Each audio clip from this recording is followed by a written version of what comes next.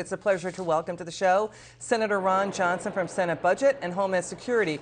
It's great to have you on, Senator. Your reaction to the new inflation report. You know, in the Reagan era, we had Reagan and Paul Volcker battling inflation. Right now, we have Biden and Jerome Powell. How do you feel about it? Not very confident. No, listen, today's numbers were depressing. I really had hoped we had peaked and we were going to see inflation start coming down, start moderating, but that doesn't appear to be the case. And of course, Biden doesn't have a clue. I mean, you used the right word, poison. That's what their policies have been. They've been poison to our economy. And the fact that they would actually be pushing more deficit spending and tax increases. You know, I guess they're thinking maybe a tax increase would reduce the deficit of any kind of spending they're proposing. But you know, for businesses, a tax increase is an increased cost, and they just pass that along to consumers. So a tax increase would be inflationary as well. So these people don't have a clue. They won't admit they're wrong. Another big element of inflation is their war on fossil fuel. They're not going to end that war. They're absolutely dedicated to their green energy fantasy. So there's no end in sight with this administration in power. You know what it feels like? It feels like they're talking like it's not a problem, like it's not a problem for the American people, but it's a political problem for them, Senator. I mean, your small businesses are getting hit hard. The NFIB Small Business Optimism Index, it's dropping for 6 straight months to a record low below 90. It's below the 5-decade average of 98. Senator, let's watch the president firing back at a reporter questioning him about Democrats saying he shouldn't run again. Watch this. Mr. President, what's your message to Democrats who don't want you to run again? They want me to run. 2/3 say they don't. Read the polls. Read the polls, Jack. You guys are all the same. That poll showed that 92% of Democrats, if I ran, would vote for me. A majority of Democrats say they don't want you to run again in 2024. 92% said if I did, they'd vote for me. Okay, that's misleading. The New York Times poll with Siena College, that 92% is if he's running against Trump. 61% of Democrats, 3/4 of independents, 9 out of 10 Democrats under age 30 say President Biden do not run again. Your take on what he just said?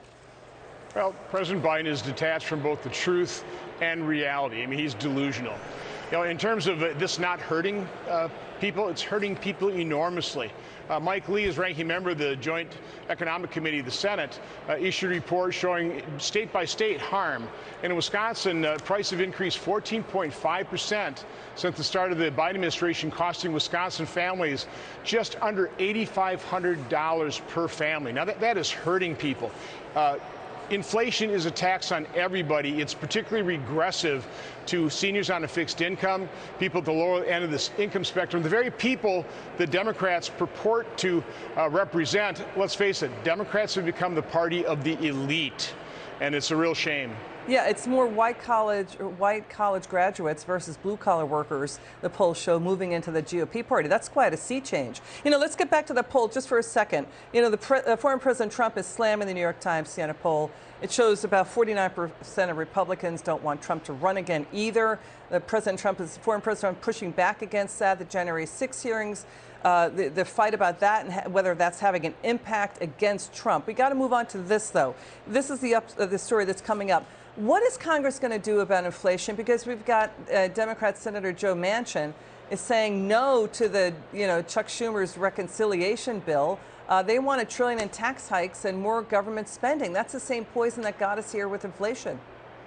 Well, Democrats in charge, we're not going to do anything about inflation. With Republicans in charge, we need to get our deficit spending under control. A couple of things we could do, for one thing, and this is actually a suggestion by Phil Gramm when he was in Washington a few weeks ago, is why don't we allow seniors to re-enter the workforce and don't charge them a payroll tax? You know, we definitely need to put work requirements on welfare.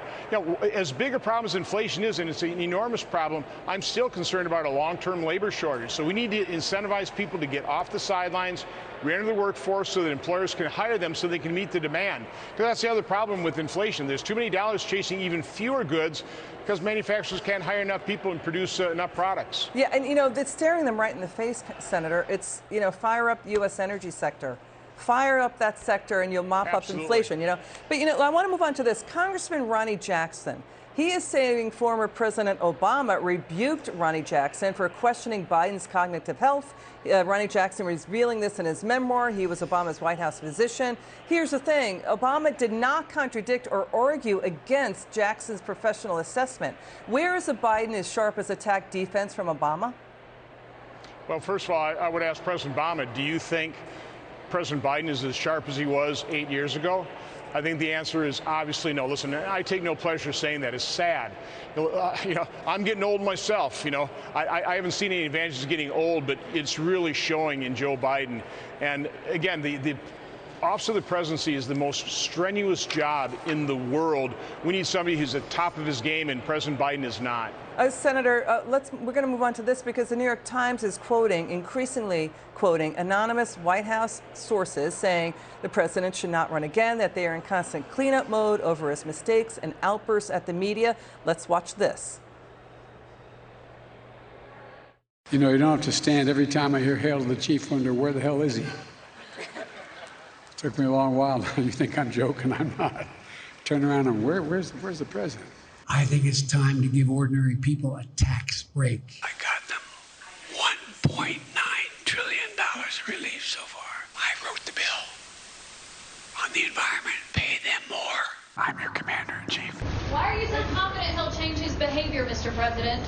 Yeah, I'm not confident he'll change behavior. What do you do all the time? When did I say I was confident? You don't understand that. You're wrong.